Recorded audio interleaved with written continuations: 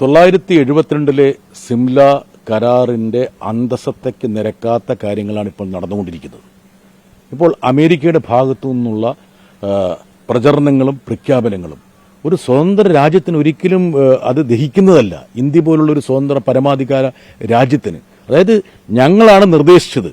മാത്രമല്ല ട്രംപിന്റെയൊക്കെ social media tweet കണ്ടു കഴിഞ്ഞാൽ നമുക്ക് എന്താ തോന്നുക, അതായത് ഒന്ന് ബുദ്ധിപരമായിട്ട് ഇന്ത്യ ഗവൺമെന്റും പാകിസ്ഥാൻ ഗവൺമെന്റും പ്രവർത്തിച്ചല്ലോ, കോമൺ സെൻസ് കാണിച്ചല്ലോ, സാമാന്യബോധം കാണിച്ചല്ലോ. ഈ രീതിയിൽ അവഹേളനത്തിന് തുല്യമായിട്ടുള്ള പരാമർശങ്ങളാണ് അമേരിക്കൻ സർക്കാരിൽ നിന്നുണ്ടാകുന്നത്. ഇത് ഒരു തരത്തിലും നമുക്ക് അംഗീകരിക്കാൻ കഴിയില്ല. ഏതാനും സൈനിക ഉദ്യോഗസ്ഥന്മാരെയോ വിദേശകാര്യ സെക്രട്ടറിയോ മാത്രം പത്രസമ്മേളനത്തിലേക്ക് കയറ്റിവിട്ടിട്ട് നമ്മുടെ രാഷ്ട്രീയ നേതൃത്വത്തിന് കൈകഴുകാൻ കഴിയില്ല. അതുകൊണ്ടാണ് കഴിഞ്ഞ സർവകക്ഷി യോഗത്തിൽ ഞങ്ങൾ പറഞ്ഞത്, രാഷ്ട്രീയ നേതൃത്വമാണ് പ്രധാനപ്പെട്ട ചോദ്യങ്ങളോട് പ്രതികരിക്കേണ്ടത്. ആ ചോദ്യങ്ങളോട് പ്രതികരിക്കാൻ കഴിയുന്ന ഏറ്റവും പ്രധാനപ്പെട്ട വേദി എന്ന് പറയുന്നത് പാർലമെന്റാണ്. Government is accountable to the people through parliament. Parliament എന്നുള്ള വേദിയിലൂടെയാണ് ജനങ്ങളോടുള്ള ഉത്തരവാദിത്വം ഈ ഗവൺമെന്റ് നിർവഹിക്കേണ്ടത്. അതുകൊണ്ട് ഈ ഘട്ടത്തിലല്ല പാർലമെന്റ് ചേരേണ്ടതെങ്കിൽ പിന്നെ ഏത് ഘട്ടത്തിലാണ് പാർലമെന്റ് ചേരേണ്ടത്? ഇതുമായി ബന്ധപ്പെട്ട ഒരുപാട് സംശയങ്ങളുണ്ട്. ഇതൊക്കെ ദൂരീകരിക്കണം. അതിന് പകരം ഈ യുദ്ധവെറിയും യുദ്ധജ്വരവും സൃഷ്ടിച്ചിട്ട് ജാള്യതയിലായിട്ടുള്ള തീവ്ര വലതുപക്ഷ വിഭാഗക്കാർ ഒരു സാധാരണ ഉദ്യോഗസ്ഥന്റെ നെഞ്ചിലേക്ക് കയറുകയാണ്. അതായത് വിക്രം മിശ്രി എന്ന വിദേശകാര്യ സെക്രട്ടറിക്ക് നമ്മുടെ ഒരു ജനാധിപത്യ രാജ്യത്ത് അദ്ദേഹത്തിന്റെ സോഷ്യൽ മീഡിയ അക്കൗണ്ടുകൾ പൂട്ടിവെക്കേണ്ട ഒരു ഗതികേടുണ്ടായി.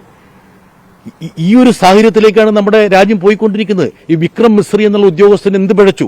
അദ്ദേഹം സർക്കാർ പറയുന്ന കാര്യങ്ങളല്ലേ അവിടെ പറഞ്ഞുകൊണ്ടിരുന്നത്. ഈ വിക്രം മിശ്രി ആരാണ്? വിക്രം മിശ്രി യഥാർത്ഥത്തിൽ കഴിഞ്ഞ നവംബറിൽ അദ്ദേഹത്തിന്റെ ടേം കാലാവധി പൂർത്തിയായതാണ്. കാലാവധി പൂർത്തിയായിട്ടുള്ള ആ ഉദ്യോഗസ്ഥന് 2 വർഷത്തേക്ക് കാലാവധി ദീർഘിപ്പിച്ചു കൊടുത്തതാരാണ്? നരേന്ദ്രമോദി സർക്കാരാണ്. അവരുടെ ക്യാബിനറ്റിന്റെ അപ്പോയിന്റ്മെന്റ് കമ്മിറ്റിയാണ്. ഞങ്ങളാരും ചോദ്യം ചെയ്തിട്ടില്ല. ആയിക്കോട്ടെ, അതായത് സർക്കാരിന് ഏറ്റവും പ്രിയങ്കരനായ ഒരു ഉദ്യോഗസ്ഥന് കാലാവധി, സാധാരണ അങ്ങനെ കാലാവധി ദീർഘിച്ചു കൊടുക്കാറില്ല, ഫോറിൻ സെക്രട്ടറിക്കൊക്കെ കൊടുത്തോട്ടെ.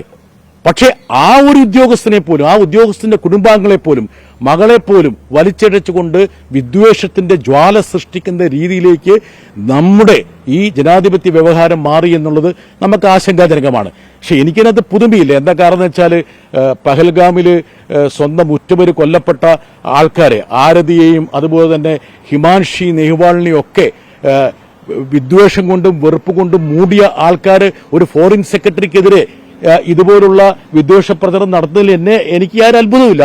അത് കൂട്ടി വായിക്കേണ്ട കാര്യമാണ്. ഔട്ട് ഓഫ് കോണ്ടെക്സ്റ്റ് ഒരു ക്വസ്റ്റ്യൻ. ഇന്ന് KPCC പുതിയ അധ്യക്ഷൻ ചുമതലയേൽക്കുകയാണ്. അങ്ങയുടെ നാട്ടുകാരൻ കൂടിയാണ്. കോൺഗ്രസ് ഗുണം പിടിക്കുമെന്ന് തോന്നുന്നുണ്ട്? എനിക്ക് വളരെ വേണ്ടപ്പെട്ട ഒരാളാണ്, എന്റെ നാട്ടുകാരനാണ്. പക്ഷേ ഒറ്റ കാര്യമുള്ളൂ, നമ്മുടെ രാജ്യം ഓപ്പറേഷൻ സിന്ദൂറിൽ വ്യാപൃതമായിരിക്കുന്ന സമയത്ത് ഓപ്പറേഷൻ സുധാകറിൽ വ്യാപൃതമായിട്ടുള്ളത് ഒരുപക്ഷെ സാധാരണക്കാർക്ക് ദഹിക്കുന്ന കാര്യമല്ല. എന്തായാലും ആ ഓപ്പറേഷൻ സുധാകർ ഭംഗിയായിട്ട് പര്യവസാനിക്കട്ടെ, സണ്ണിക്ക് നല്ലൊരു ഇന്നിങ്സ് കിട്ടട്ടെ എന്ന് ഞാൻ ആശംസിക്കുകയാണ്.